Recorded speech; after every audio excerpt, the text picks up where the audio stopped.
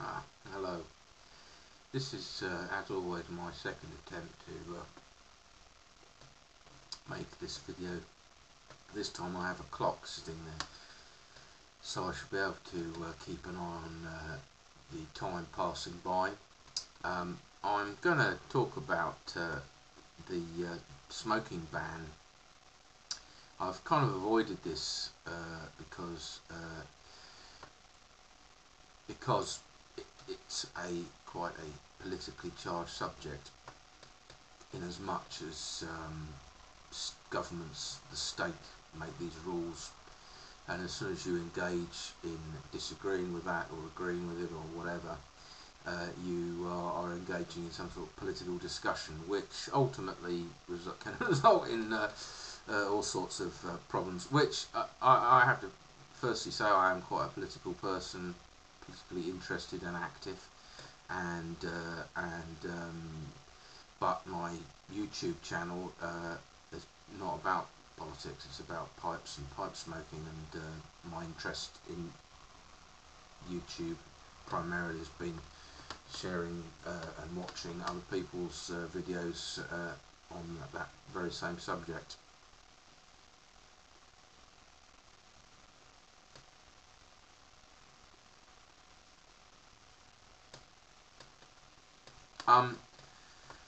It's 20 years ago, quite a major event in world history, well, in the history of the 20th century, happened, that Soviet communism began to become a little ragged around the edges, and several years later, well, not several years, a few years later, it collapsed in on itself, and we all know the history of that.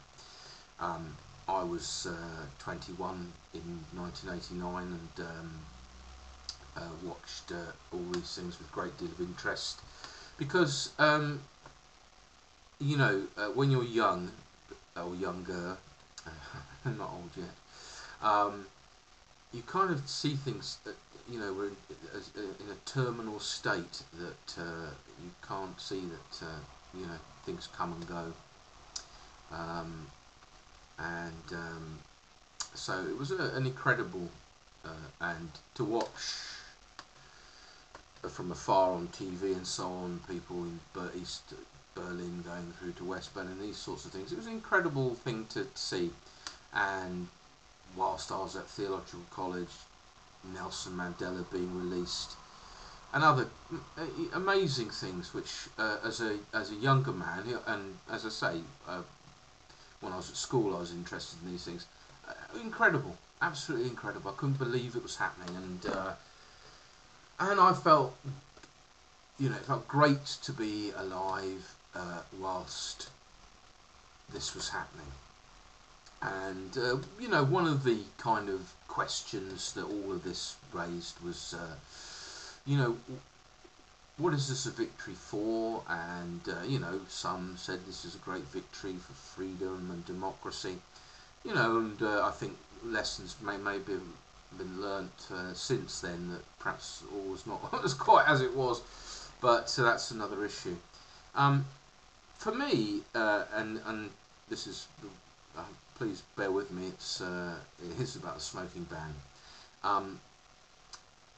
For me, the last 20 years have gradually seen in my country, which is the United Kingdom, a stranglehold being put on the individual freedom of people, whether it be their right to protest, whether it be the need to carry an identity card, you know, things like this that are inconceivable.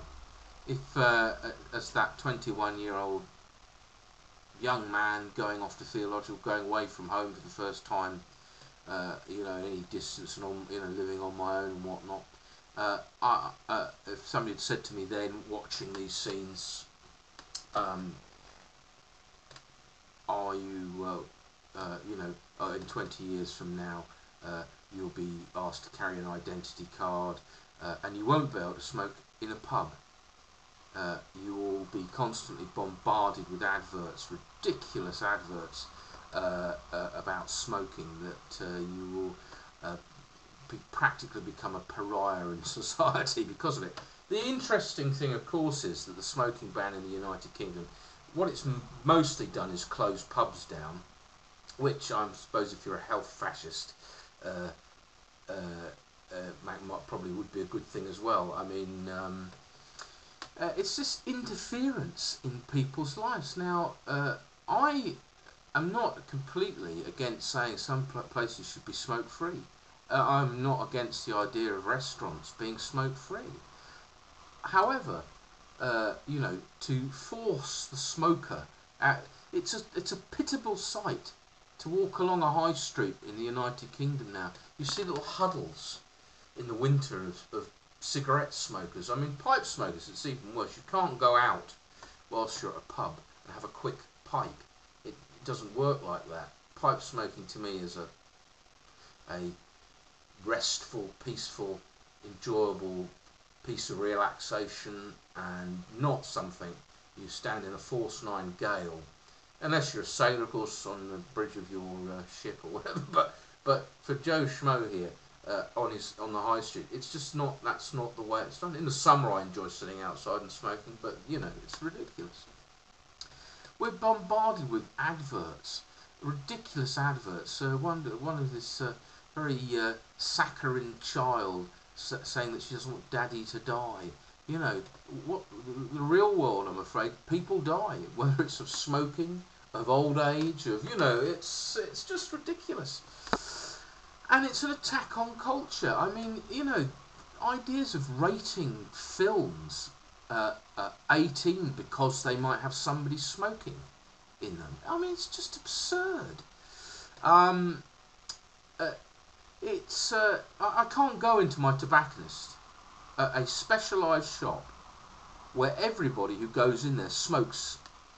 It's quite only one person works there, Clive Fogg, the guy that owns it. He smokes, you know, but you can't smoke in there. It's absurd, and it's a sad reflection from those heady days of 1989 when you know, this sense that something, a notion of freedom had been had won against a form of tyranny, and now here we are 20 years later with our ID cards on the way, with our cameras on every corner. I mean, I think the United Kingdom is one of the most filmed and photographed peoples in the world. We have cameras everywhere. You know, the sense of paranoia. You know, if I breathe your smoke in, I might die of lung cancer. It's just absurd.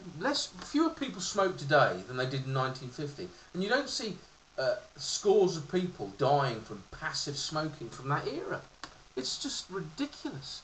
The science, it's an undermining of good science in favour of an ideological outlook which says that smoking is bad and we don't care what price we pay, and the price of good science and the truth to get that. We don't like it, we want to get rid of it.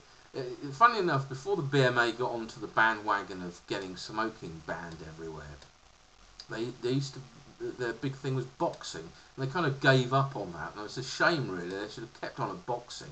Not that I have anything against boxing, so I enjoy it as a sport, but and they got on the bandwagon of smoking. But anyway, freedom, where art thou, is my kind of modus operandi. It seems to me that we have let slip something quite badly. Let slip something. It's particularly in my country, and the individual has no rights other than, you know, and we're told what we should eat, told what we should do, and I don't think that's any of the state's business. So anyway, I'm as you can see, I'm quite annoyed about it, but there we go. That's how the world's turned out. Thank you for watching.